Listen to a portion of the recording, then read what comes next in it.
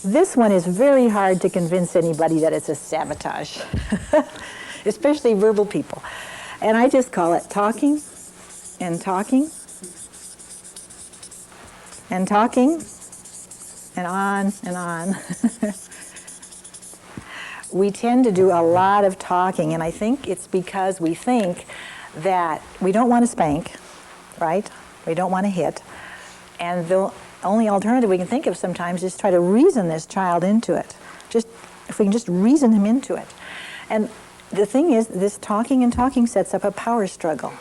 And every time you get a power struggle set up, the child or whoever it is going to want to do exactly the opposite of what it is you want him to do.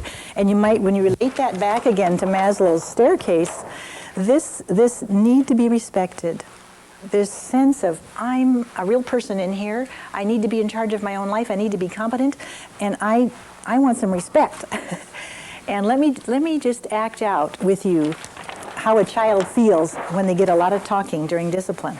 And will you all pretend that you're the child? And I'll be the parent. Okay, now I'll sit there and pretend you're this child. Okay, first I'm going to be, I'll be a C parent.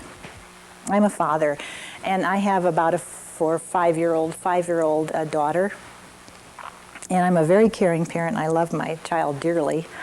But I am a C parent. And now this child's been giving me a lot of trouble at the dinner table. Burping, messing in the milk, spilling stuff in the plate, doing a lot of burping, which just bugs me to death.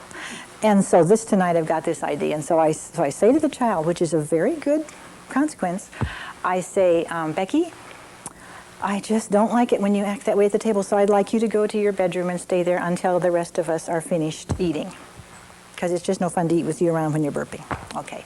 Well, Becky goes off down the hall and she complains and she whines. She says, I don't want to go. Why do I have to go? I don't see why I have to go, and I wasn't doing anything that bad, and I won't do it anymore.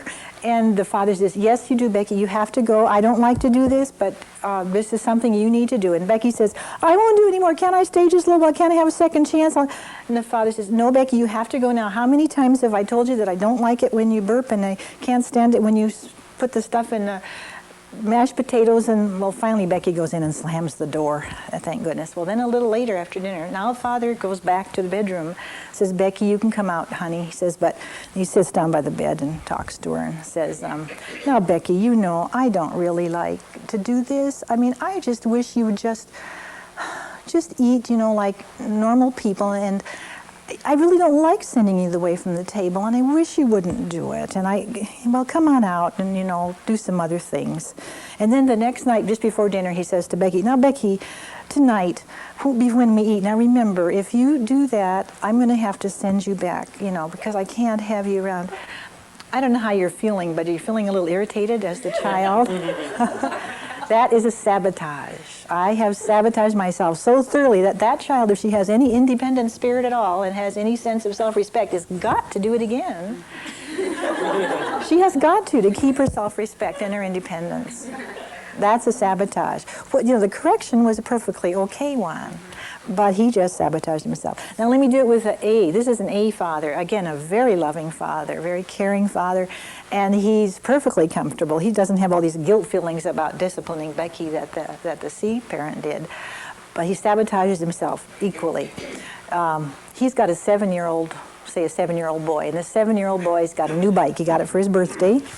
And the dad he's backing out of the driveway one day, and the bike's behind there. He almost hits it, didn't hardly notice it was there. Well, so he calls his son over. His son is there and says, okay, Jim, I'm putting that bike up now for 3 days. I'm going to hang it up in the garage. And you can't have it for 3 days, because that's to help you to remember that you cannot keep the bike behind the car, because I might back over it. That'd be enough. And to take it down after 3 days and give it to him, say, okay, try again, Jim.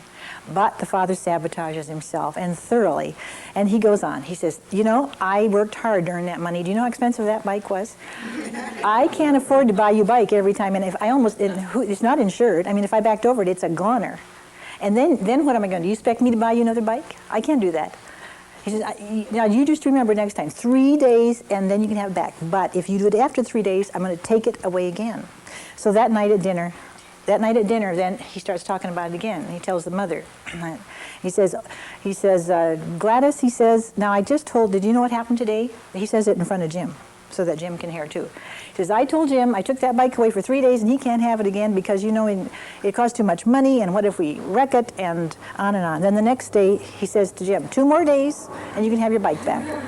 And then third day, 1 more day now, Jim, but remember now, I'm taking it down tomorrow morning, but then you have to, on and on. How are you feeling as the child? If you have any self-respect at all and dignity, you almost have to do it again. I really think there is a very strong sense in children of that inner integrity that it's just very hard for them to back down. But if the correction is carried out and then just dropped and no talking about it, it's fair. It saves. Think of it as a face-saving measure in some sense, and they know that when you do the correction, they know instantly all the ifs, ands, and buts. You don't have to, cross every T and dot every I for them. They're very smart, and they know, and so you're treating them as a competent person. And you're respecting them if you just carry out the correction and then drop it and not talk. And that is one of the hardest things, one of the very, very hardest things for both A's and C parenting personalities to do.